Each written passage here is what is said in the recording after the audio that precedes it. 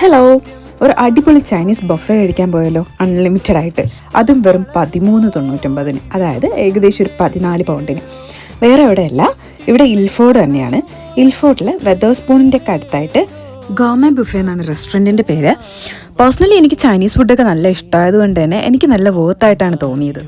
പിന്നെ ഞങ്ങൾ നല്ല ലേറ്റായിട്ടാണ് അവിടെ പോയത്, അതായത് അവരുടെ ക്ലോസിങ് ടൈമൊക്കെ ആവാറായപ്പോഴാണ് ഞങ്ങൾ പോയത്. അതുകൊണ്ട് തന്നെ ഏകദേശം ഫുഡൊക്കെ കഴിയാറായിട്ടുണ്ടായിരുന്നു. സ്റ്റാർട്ടേഴ്സായിട്ട് ചിക്കൻ സൂപ്പും ഓണിയൻ റിങ്സും sweet honey chicken wings, battered prawns toast, അങ്ങനെ എന്തൊക്കെ ഉണ്ടായിരുന്നു.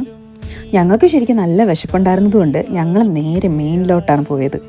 ഡിഫറെൻറ്റ് ടൈപ്സ് ഓഫ് നൂഡിൽസും ഫ്രൈഡ് റൈസും പിന്നെ പേരറിയാത്ത എന്തൊക്കെയോ ഡിഷസും ഉണ്ടായിരുന്നു അവിടെ. ഞങ്ങൾ ഓൾമോസ്റ്റ് എല്ലാം ട്രൈ ചെയ്തു. അതിൽ സിംഗപ്പൂർ നൂഡിൽസ് അതെനിക്ക് ഭയങ്കരമായിട്ട് ഇഷ്ടപ്പെട്ടു കേട്ടോ, അടിപൊളി സാധനമായിരുന്നു. പിന്നെ അതുപോലെ തന്നെ അതിനകത്തൊരു ഡ്രിങ്ക് സ്റ്റേഷനുണ്ട്. അപ്പം ഫ്രണ്ട്സൊക്കെ ആയിട്ട് പോയി കുറച്ച് നേരം സ്പെൻഡ് ചെയ്യാൻ പറ്റിയൊരു സ്ഥലം കൂടെയാണത്. അതുമാത്രമല്ല, അതിനുള്ളിൽ തന്നെ ഒരു ബബിൾ ടീ സ്റ്റേഷനും ഉണ്ട്. ബബിൾ ടീ സ്റ്റേഷൻ പുതിയതാണെന്ന് തോന്നുന്നു, അതുകൊണ്ട് തന്നെ അവിടെ എന്തൊക്കെയോ ഓഫേഴ്സ് ഉണ്ട്. ഞാൻ ഒരെണ്ണം വാങ്ങിയിട്ടുണ്ടായിരുന്നു, avocado brown sugar milk tea.